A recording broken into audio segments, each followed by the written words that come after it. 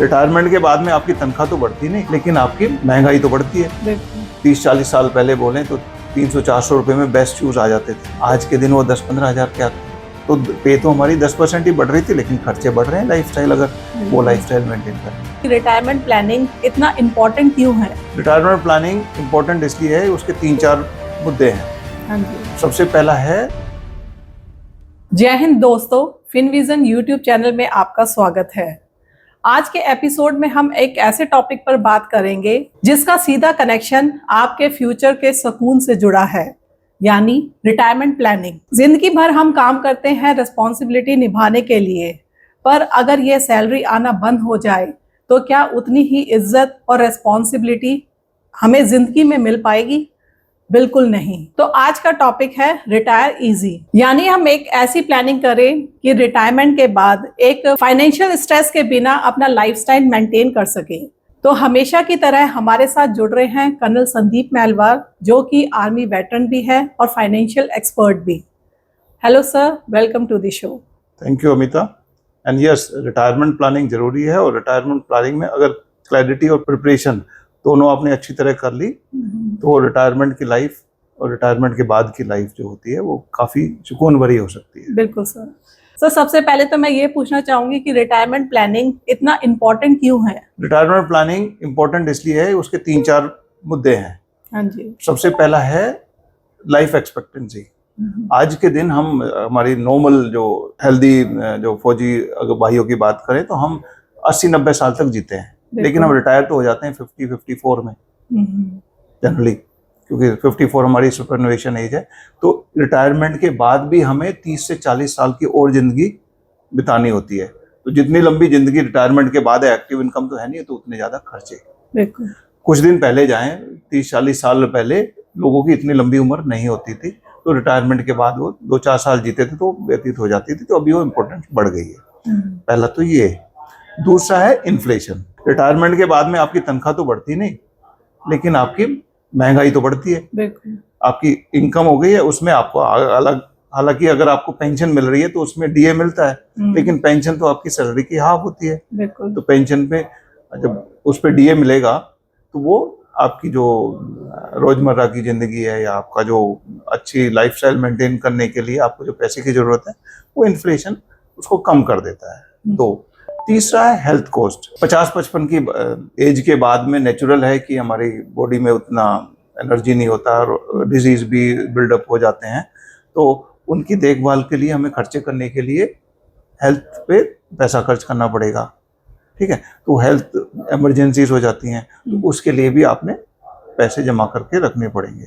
तो ये सब चीजें अगर आपने इनिशियली आपको वर्किंग लाइफ में क्लैरिटी मिल गई और प्रिपेयर कर लिया और आपने उतना कॉर्पस इकट्ठा कर लिया या कॉर्पस को उस तरह से मैनेज कर लिया, तो इन सब की दिक्कत नहीं आती है। नहीं तो आपकी लाइफ स्टाइल जो है कॉम्प्रोमाइज करनी पड़ सकती है। बिल्कुल सर। सर, जिनकी एज 35 to 40 है तो उन्हें अपनी प्लानिंग कैसे शुरू करनी चाहिए? जो 35 और 40 ईयर्स के जो इंडिविजुअल हैं और रिटायरमेंट प्लानिंग करना चाहते हैं, उनके लिए let's break down into few simple steps. 5-6 steps हैं, वो मैं बताता हूँ। तो सबसे पहला स्टेप है वो है कि आप डिसाइड करिए कब तक आप काम करना चाहते हैं। ओके। तो उसमें आपका number of years for active life for retirement आ जाएगा। दूसरा स्टेप है आप कैलकुलेट करिए कि आपका घर जो है या आपकी लाइफस्टाइल जो आप मेंटेन करना चाहते हैं, वो कितने मंथली एक्सपेंडिचर पे वो आप मेंटेन कर पा रहे हैं। 2 हो गया। स्टेप 3 है, जब ये दोनों, एक तो इनपुट वेरिएबल है कि कब तक आप इन्वेस्ट करोगे या कब तक आप पैसे जोड़ोगे या काम करोगे, और दूसरा है कितना आपको मंथली खर्चा चाहिए उसके बाद। तो उसमें आप रिटायरमेंट कैलकुलेटर अवेलेबल है, ऑनलाइन भी अवेलेबल है। आपने रिटायरमेंट कॉर्पस कैलकुलेट करना है कि भैया रिटायरमेंट के बाद मेरे क्या क्या गोल बचेंगे, क्या कैसे मैंने लाइफस्टाइल जीना है, कितने खर्चे हैं, उसका कैलकुलेशन आप कर सकते हैं। इसलिए ऑनलाइन कैलकुलेटर है, हमारी साइट पे भी अवेलेबल है, वो भी कर सकते हैं। जब ये 3 चीजें होगी, चौथा आ गया कि आप मंथली कितना सेव कर पा रहे हैं, अपना एक मंथली बजट बनाइए। तो अपना, तो उसमें आपके सेविंग आ गया कितना है। अब 5वां स्टेप है, उन जो सेविंग्स आप जो मंथली कर पा रहे हैं उनको accordingly in the right instrument in right asset class as per your risk appetite time horizon, और वो सब निकाल के उनको राइट एसेट्स को आप सेलेक्ट करके इन्वेस्ट करिए। राइट एसेट्स में आपका देखो, अगर आप सैलरीड क्लास हैं तो आपका पीएफ हो सकता है, एनपीएस भी हो सकता है, इवन अगर आप बिजनेसमैन भी हैं तो उसमें भी दोनों आप कर सकते हो, ठीक है। और अगर आपके पास उसके बाद कोई पैसा बचता है तो उसका आप मार्केट में इन्वेस्ट करिए, और बेटर इंस्ट्रूमेंट में इन्वेस्ट करिए जो आपको उस टाइम पीरियड में मैक्सिमम पोटेंशियल दिखता है। उन एसेट को चूज करके डाइवर्सिफाइड वे में एक पोर्टफोलियो में आप इन्वेस्ट करिए। इन सब में सबसे जरूरी है कि आप, अगर आपने डिसाइड कर लिया कब रिटायर होना है, तो उसके लिए आप स्टार्ट जरूर करें। आपके पास कम पैसे हैं तो कम से स्टार्ट करिए, उसको बाद में बढ़ा लीजिए, लेकिन स्टार्ट जल्दी से जल्दी करिए। तो रिटायरमेंट प्लानिंग एक्चुअली तो आपने करना था पहले दिन ऑफ सर्विस और फर्स्ट मंथ ऑफ सर्विस से आपने रिटायरमेंट के लिए प्लान करना चाहिए था। तो अगर मैं आपको एग्जांपल दूं, अगर आप 40 साल की एज है आपकी और आप 60 में रिटायर होना चाहते हैं, तो 20 साल है आपके पास रिटायरमेंट के लिए। अगर आप 20,000 पर मंथ इन्वेस्ट करते हैं, अब वो कुल 12% ग्रोथ पे ही अगर हम एज्यूम कर लें कि ग्रो हो रहा है, तो अगले 20 साल में वो कॉर्पस तकरीबन 2 करोड़ रुपए हो जाएगा। लेकिन अगर आप उसको 5 साल डिले करते हैं, मतलब 45 में स्टार्ट करते हैं और 60 तक करते हैं 20,000 पर मंथ, तो कॉर्पस कुल 1 करोड़ ही होगा। तो वो जो है स्टार्ट जल्दी करना और ज्यादा टाइम तक इन्वेस्ट करना इम्पोर्टेंट होता है। और इसी में आपको खर्चे का भी मैं आपको एग्जांपल दे दूं। अगर हम केवल इकोनॉमिक इन्फ्लेशन भी लगाएं जो कि 6% के करीब है, तो अगर आपका आज के दिन खर्चा 1 लाख रुपए महीने में चल रहा है, तो 20 साल बाद खर्चे की रिक्वायरमेंट आपको जो होगी वो तकरीबन 3.5 से 4 लाख रुपए पर मंथ हो जाएगी। तो उस हिसाब से केवल 6% पे भी आपका खर्चा बढ़ जाएगा। तो इन सब के लिए प्लान करना है। सर, काफी प्रैक्टिकल एग्जांपल था। सर, मेरा अगला सवाल है कि इन्वेस्टमेंट के अलावा क्या और भी फैक्टर कंसीडर करने चाहिए? यस, इन्वेस्टमेंट के सिवाय जो फैक्टर इन करने वाली चीजें हैं उसमें सबसे पहले आता है टैक्स प्लानिंग। देखो, a penny saved in tax is penny earn, ठीक है। तो आप जो इन्वेस्ट करें, इन्वेस्टमेंट से पहले अपना टैक्स में जितना आप प्रोविजंस को यूज कर सकते हैं, जो टैक्स सेविंग प्रोविजंस होते हैं उसको यूज करें। जिसके लिए मैंने बताया आपको, जैसे कि पीएफ या डीएसओपी होता है, उसमें आप इन्वेस्ट करें, उसका आपको 1.5 लाख रुपए टैक्स बच जाता है एटीसी में। आर्मी और फौजियों के लिए तो एजीआईएफ का कंट्रीब्यूशन और डीएसओपी दोनों आपको 1.5 लाख रुपए तक का टैक्स बचा देते हैं। उसके सिवाय आप 50,000 रुपए तक एनपीएस में इन्वेस्ट कर सकते हैं, वो भी टैक्स बच जाता है। टैक्स सेविंग टूल्स को, टैक्स सेविंग ऑप्शंस को आप एक्सप्लॉइट करें। 1। दूसरा, इन्फ्लेशन। आपने फैक्टर इन करना है इन्फ्लेशन। आपने सरकारी इन्फ्लेशन से या इकोनॉमिक इन्फ्लेशन से काम नहीं चलेगा, आपने अपना लाइफस्टाइल इन्फ्लेशन लेना है, जो मैं आपको स्क्रीन पे भी दिखा रहे हैं, जिसमें कि अगर 30-40 साल पहले बोलें तो 300-400 रुपए में बेस्ट शूज आ जाते थे। आज के दिन वो 10-15 हजार के आते हैं, ठीक है। पहले एक स्कूटर होना लग्जरी होता था, आज के दिन कार भी नेसेसिटी हो गया है। जब मैंने पहला मोबाइल लिया था तो 4-5 हजार रुपए का आ गया था, नोकिया वाला मोबाइल था, 3310 था शायद। आज के दिन अच्छा सा मोबाइल 80-90 हजार का आता है। तो यहाँ पे तो 5-6% इन्फ्लेशन से काम नहीं चलेगा। हमारा लाइफस्टाइल इन्फ्लेशन 10 से 12% है। अगर मैं अपना प्रैक्टिकल एग्जांपल दूं, जब मैं एनडीए में गया था तो तकरीबन 94-95 में छुट्टी आए थे, तो पेरेंट्स से रिक्वेस्ट किया कि एक अच्छे से शूज दिला दो। तो उस टाइम बेस्ट शूज होते थे, वो फोर्स 10 होता था लिबर्टी का, तो सबसे बेस्ट शूज था। तो मुझे आज भी याद है 500 रुपए का आया था। पिछले हफ्ते मैं दोबारा एक शूज लेने गया, जिम ट्रेनर ने बोला कि शूज लेके आओ, तो मेरे शूज जो है 15-16 हजार से कम नहीं थे। तो मैंने आके कैलकुलेट किया भी हमारा इन्फ्लेशन कितना था शूज का, जो बेसिक नेसेसिटी है, तो वो तो 12% आ रहा है। बिल्कुल। तो पिछले 30 साल में 12% से हमारी शूज की कॉस्ट बढ़ी है। तो ये तो हमारा, अगर हम पे में इंक्रीमेंट भी मांगे, तो जैसे आर्मी की पे थी हमारी, पे में हमें 3% का इंक्रीमेंट मिलता था हर साल विद प्रोग्रेस ऑफ सर्विस, और मुश्किल से 5 से 6% डीए मिलता था। तो पे तो हमारी 10% ही बढ़ रही थी, लेकिन खर्चे बढ़ रहे हैं लाइफस्टाइल, अगर वो लाइफस्टाइल मेंटेन करनी है। हाँ जी। तो ये हो गया। और अगला पॉइंट आता है हेल्थ। पहले तो अपनी हेल्थ का ख्याल रखें। बिल्कुल। और हमें ईसीएचएस वगैरह मिलता है, लेकिन फिर भी हमारे हेल्थ कॉस्ट बढ़ेंगे। जैसे जैसे हम एज होगी हमारी, तो उसको भी हमें कैटर करना है, और हेल्थ कॉस्ट भी काफी स्पीड से बढ़ रहा है। काफ़ी उसका भी इन्फ्लेशन काफ़ी हाई होता है। और इन सब के साथ है कि कुछ भी करने से पहले हमारे पास एक इमरजेंसी कॉर्पस होना ही चाहिए, जो कि 3 से 6 महीने का, even for the salaried class it should be there. तो ये सब फैक्टर हैं जो आपको फैक्टर इन करने चाहिए। जो मैंने हेल्थ इंश्योरेंस की बात की, हालांकि हमें ECHS मिलता है, तो हेल्थ इंश्योरेंस ले लेना भी एक, उसको कॉस्ट ना समझे, वो एक प्रोटेक्शन देता है आपको, सुकून भरी जिंदगी देता है। और हेल्थ इंश्योरेंस पे आपको एडिशनल टैक्स बेनिफिट भी मिलता है। राइट सर, कि इंश्योरेंस और इमरजेंसी फंड तो बहुत ही जरूरी है आजकल के टाइम के लिए। एब्सोल्युटली। तो अच्छा सर, मेरा अगला सवाल है कि जैसे जो ऑलरेडी रिटायर्ड हो चुके हैं, तो उनके लिए क्या स्ट्रेटेजी होनी चाहिए? ओके, जो ऑलरेडी रिटायर हो गए हैं उनको भी हम स्टेप्स में ब्रेक डाउन कर देते हैं। तो पहला स्टेप है कि जो आपके पास कॉर्पस है उसको आप इकट्ठा करें, कंसोलिडेट करें। उसमें पेपर पेन से स्टार्ट करें कि मेरा कहाँ कहाँ पे इन्वेस्टमेंट है, PF में कितना है, बैंक FD में कितना है, अगर मार्केट में लगाया हुआ है म्यूचुअल फंड में कितना है, स्टॉक्स में कितना है, एक उसका एक कंसोलिडेट करें। उसको आप कंट्रोल में आएगा, उससे आपको पता लगेगा कितना आपके पास कॉर्पस है। यह है स्टेप 1, जिसमें आपकी प्रॉपर्टी इन्वेस्टमेंट भी है, जो भी आपने इन्वेस्ट नाम की चीज है वो कहीं भी है, तो उसको आप कंसोलिडेट करें। तो जब आपने ये सब चीजें कंसोलिडेट कर ली, आपको ज्ञात हो जाएगा कि मेरे पास कितने पैसे हैं। अभी आप दूसरा चीज कैलकुलेट करें कि मेरे मंथली एक्सपेंसेस, रेगुलर एक्सपेंसेस के लिए कितना पैसा मेरा लग रहा है, कितना मुझे चाहिए रहा। तो ये हो गया, तो आपको इनपुट जो कॉर्पस है वो हो गया, और ये हो गया आउटपुट आपका कितना जा रहा है। तीसरा है उस पैसे को, देखो अगर आप आर्मी या डिफेंस फोर्सेस से PMR या सुपरएनुएट हुए तो आपको कुछ तो पेंशन आ रही होगी। अगर नहीं आ रही तो 0 से स्टार्ट करें, कुछ आ रही है तो उसको उससे माइनस कर लें, क्योंकि वो तो आएगी। तो आपको जो मंथली चाहिए उसमें से आपको कितनी मंथली फ्लो की जरूरत है, तो उस फ्लो से आपके जो इन्वेस्टमेंट है, जो आपके कॉर्पस है इकट्ठा, जो स्टेप 1 में हमने निकाला है, उसको आप उस तरह से इन्वेस्ट करें कि आपको रेगुलरली वो इनकम आती रहे और उसमें रीजनेबल ग्रोथ भी होता रहे, वो आपके रिस्क एपेटाइट वगैरह से होगा। तो उसके लिए आपके ट्रेडिशनल बोले तो हमारी बैंक की FD होती है, पोस्ट ऑफिस मंथली स्कीम होती है, ठीक है।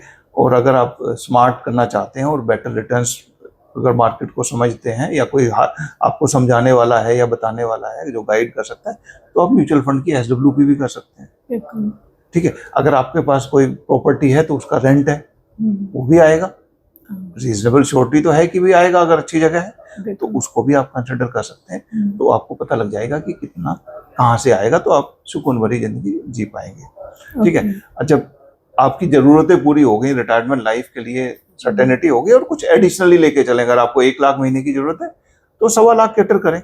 अगर वो 20-25 हजार बच भी रहे तो उसको आप री इन्वेस्ट कर सकते हैं, या उसको लाइफस्टाइल को और इम्प्रूव कर सकते हैं। चौथा स्टेप है, जब आपकी खुद की जरूरतें पूरी हो गई, चौथा स्टेप है आप अपनी एस्टेट प्लानिंग करें, लेगेसी प्लानिंग करें, विल्स एंड नॉमिनेशंस अपडेटेड रखें, ठीक है। अगर चाहें तो ट्रस्ट जो स्ट्रक्चर है, टैक्स स्ट्रक्चर है, इन्वेस्टमेंट स्ट्रक्चर है, उसको भी आप एक्सप्लोर कर सकते हैं। एंश्योर करें कि जो आप जो छोड़ के जाएंगे, जो लेगेसी वगैरह या प्रॉपर्टी छोड़ के जाएंगे, वो आपके जो डिपेंडेंट्स हैं, जो आपके लीगल हेयर्स हैं, उनके पास वो स्मूथली चला जाए, और हो सके तो क्लियरली डिफाइन कर दें और डिमार्केट कर दें कि ये इस बेटे का, ये इस बेटी का, जिसका भी है, उस हिसाब से, जिससे कि बाद में उनमें आपसी तालमेल बना रहे, भाईचारा बना रहे, वो जरूरी होता है।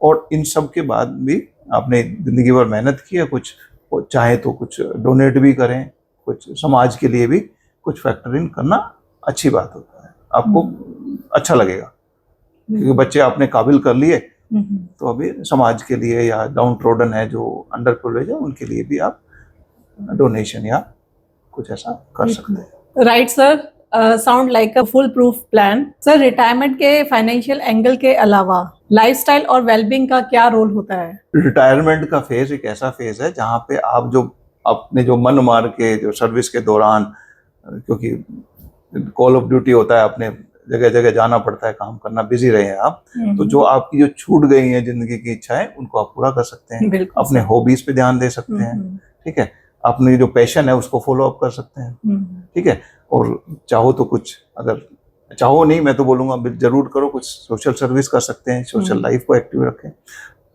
इम्पोर्टेंट यहाँ पे ये है एक लाइफ में पर्पस जारी रहना है, लाइफ को पर्पसफुल बनाएं जिससे आप हेल्दी भी रहेंगे, मोटिवेटेड भी रहेंगे और लोनलीनेस और डिप्रेशन तो दूर ही रहेगा। बिल्कुल। और आपकी लाइफ भी अच्छी और सुकून भरी होगी। तो वो बहुत जरूरी है, नंबर 1। दूसरा, अपनी हेल्थ का ख्याल रखें। तो उसके लिए पर्पसफुल रहना आपकी हेल्थ में भी मदद करेगा। दूसरा, एक्टिव रहें। तो वॉक करें, अगर जिम वगैरह ज्वाइन करना है, नहीं तो साइकिलिंग करनी है, कुछ भी हो सकता है। मोटर बाइक करिए, कार करिए अगर आप अफोर्ड कर सकते हैं तो रहिए, यारों दोस्तों से मिलिए, तो हेल्दी भी रहिए। और हेल्थ में आपके पास ECHS हमारे पास है, अगर अफोर्ड कर सकते हो तो एक हेल्थ इंश्योरेंस भी ले लें। तो उससे क्या होगा, उसमें क्योंकि सारी चीजें ECHS में कवर्ड नहीं होती, हमें लगता है कि सब कुछ कवर्ड है और हम कैशलेस फैसिलिटी हम किसी भी हॉस्पिटल में जाके यूज कर सकते हैं, बट इतना इजी नहीं होता है कि वहाँ पे बेड नहीं है या कुछ नहीं है। तो आप अगर हेल्थ इंश्योरेंस लेके रखेंगे तो आपको वो आराम से मिल जाएगा और बेटर ट्रीटमेंट आप करा सकते हैं। और हेल्थ इंश्योरेंस का कॉस्ट भी इतना ज्यादा नहीं है। जैसे मैंने पोस्ट रिटायरमेंट हेल्थ इंश्योरेंस लिया है तो मैं कुल 40,000 रुपये दे रहा हूँ, हस्बैंड वाइफ प्लस 2 बच्चों का। ठीक है, अब 25 साल तक अगर उसको नहीं भी यूज किया तो 25 चौका 100, तो मतलब मैं 10 लाख रुपए ही पे करूंगा और 10 लाख का मेरा कवर है विद अनलिमिटेड टॉपअप। तो मैं 25 साल में आराम से टेंशन फ्री हेल्थ के मामले में रह सकते हो, अगर आप वो अफोर्ड कर सकते हो। तो ये 2 फैक्टर हैं, उसका ध्यान रखें। एंड एक इमरजेंसी कॉर्पस सदा ही अपने पास रखें, क्योंकि इन सब प्लान के बाद अगर आपके पास, देखो मेरा तजुर्बा तो ये बोलता है, जब आपकी जेब में 1 लाख रुपए होते हैं ना तो आपकी चाल अलग ही होती है, आपकी हाइट भी 1 इंच बड़ी होती है। हाँ जी। ठीक है, तो एक इमरजेंसी कॉर्पस इन सब खर्चों के सिवाय अपने पास होना चाहिए। और फाइनली देखो, एक बार आपने रिटायरमेंट प्लान बना लिया, सब कुछ अपने फैक्टर इन करने की कोशिश की होगी, लेकिन टाइम टू टाइम आपकी नीड्स, गोल्स, ऑब्जेक्टिव्स और जिंदगी तो चेंज है, चेंज होने का नाम ही जिंदगी है, तो बदलती रहती है। तो आप अपने रिटायरमेंट प्लान जो आपने बनाया है, जो इन्वेस्टमेंट है, उनको हर 1-2 साल बाद रिव्यू करें और जो नई चीजें आप फैक्टर इन करना चाहते हैं या अलाइन या उसको रीअलाइन करना चाहते हैं वो करते रहें। सर, अगर कोई अपनी रिटायरमेंट के लिए रिलायबल प्लान देख रहा हो तो ब्रॉडली क्या ऑप्शंस हैं? यस, रिटायरमेंट प्लान और रिटायरमेंट इन्वेस्टमेंट प्लान जरूरी होते हैं, क्योंकि हमें रिटायरमेंट के बाद एक्टिव इनकम है नहीं, तो हमें प्रेडिक्टेबल और रेगुलर इनकम की जरूरत होती है। तो उसमें सबसे पहले लोगों के मन में सबसे पहले जो मार्केट में भी आते हैं वो आते हैं इंश्योरेंस कंपनी जो प्लान देती है। तो सबसे पहला होता है गारंटेड इनकम प्लान।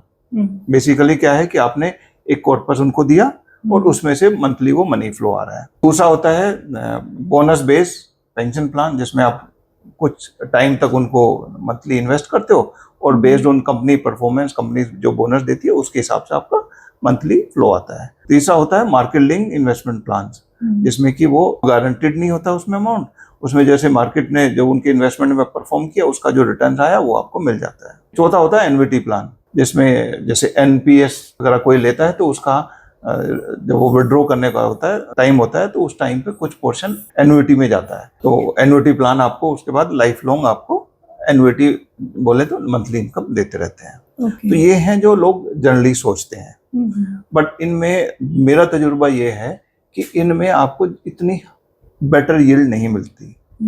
तो अगर देखा जाए तो 5 से 6% ही आपको रिटर्न मिलते हैं। तो इन सबसे कंपेयर करें तो एक हमारा 2 बकेट स्ट्रेटेजी भी है। मैं मोटा मोटा आपको बता दूं, अगर आपके पास, हालांकि उसका यूट्यूब में आप जाके देख सकते हैं, सबसे पुराना वीडियो, सबसे पहला वीडियो मेरा वही था, फिनविजन 2 बकेट स्ट्रेटेजी। अगर आपके पास आज 1 करोड़ रुपया है, अगर आप किसी भी बैंक में जाएंगे तो 7-7.5% रिटर्न मिल रहे हैं, तो 1 साल में आपको 7.5 लाख मिलेंगे। 7.5 पे आप अगर टैक्स पे करोगे तो 30% अगर ब्रैकेट में है तो 7-21, तो आपको 5 लाख ही मिलेंगे। 5 लाख हो गया आपका 4 लाख, 5 लाख का मिलेगा आपको 42,000 पर मंथ। फिनविजन 2 बकेट में हम उसको 2 बकेट में डिवाइड करते हैं, 40 लाख और 60 लाख। अगर आपने 1 करोड़ इन्वेस्ट किया, 40 लाख अगर वो 6% भी रिटर्न दे रहा है तो आप उससे 45,000 रुपए पर मंथ अगले 10 साल निकाल सकते हो। तो आपको वो लिक्विड बकेट हो गया। जिसको हम येलो बकेट बोलते हैं, जो 60% जो 60 लाख आपने लगाए, अगर वो मार्केट में लगा रहे हैं और मार्केट के इन्वेस्टमेंट तो 12% से बहुत ज्यादा रहे हैं पिछले 30-40 साल में, अगर 12% पे भी कैलकुलेट करें तो वो 60 लाख बढ़ के हो जाएगा 184। 10 साल बाद, क्योंकि वो येलो बकेट है जिसमें आपने मंथली विड्रॉ करते रहे, वो खाली हो गई, तो 184 से 2035 में वो 84 लाख हमने इसमें डाले जो रेगुलर इनकम में। जब 40 लाख से हम 45,000 पर मंथ निकाल पा रहे हैं, तो 84 लाख जो हमारे हैं उसमें से हम आराम से 90,000 पर मंथ निकाल लेंगे, और ये साइकिल चलता रहेगा। जो 1 करोड़ है वो फिर अगेन 12% पे बढ़ सकता है। तो इसमें क्या है कि 12% एक ज्यादा रिटर्न भी नहीं है, वो सस्टेनेबल रिटर्न है क्योंकि इतना तो दिया है। और दूसरे में आपको जब 10 साल का आपको एश्योरिटी है रेगुलर इनकम का, तो आप कल को अगर वो इन्वेस्टमेंट जो हमने जो ग्रोथ बकेट में डाला है, अगर वो ऊपर नीचे भी हुआ तो आपको उतनी टेंशन नहीं होगी, क्योंकि आपके पास टाइम है और वो रिकवर करेगा। आज तक तो किया है। तो आपको ये इन्फ्लेशन बीटिंग रेगुलर इनकम भी हो सकती है थ्रू आउट लाइफ। और ये इसका वीडियो है, काफी मतलब काफी लोगों ने सब्सक्राइब किया हुआ है, आप भी उसको स्टडी कर सकते हैं और गेट बैक कर सकते हैं। तो ये कुछ प्लान है, तो एकदम ट्रेडिशनल पे ही ना रहे, और इन सबको भी स्मार्ट जो इन्वेस्टमेंट है उसको एक्सप्लोर करें, जिससे कि आपकी लाइफस्टाइल भी बढ़ेगी, रेगुलर इनकम भी बढ़ेगी, और आप लेगेसी भी थोड़ा बड़ा छोड़ के जा सकते हैं। तो दोस्तों, रिटायरमेंट प्लानिंग एक फाइनेंशियल टूल नहीं बल्कि एक लाइफ प्लानिंग प्रोसेस होता है। अगर आपने राइट स्टेप लिए हैं तो रिटायरमेंट एक बर्डन नहीं, अपॉर्चुनिटी बन जाती है। यस, रिटायरमेंट इजी का मतलब है कि आज ही स्मार्टली अपने रिटायरमेंट की प्लानिंग करें, क्योंकि जब आप रिटायर हो जाएंगे और एक्टिव इनकम कम हो जाएगा, तो यही प्लानिंग आपको सपोर्ट करेगी और आपको सुकून भरी और मजेदार रिटायरमेंट लाइफ देने में आपके काम आएगा। अगर आपको ये हमारी वीडियो पसंद आई हो तो लाइक, शेयर और कमेंट करना ना भूलें। अगर आपके कोई भी क्वेरी है इसके रिगार्डिंग, तो आप नीचे हमें कमेंट सेक्शन में लिख के भेज सकते हैं और उनका जवाब हम जरूर देंगे। Till then, take care, happy retirement. Happy retirement and retire easy and plan for your retirement easy life. Thank you, sir.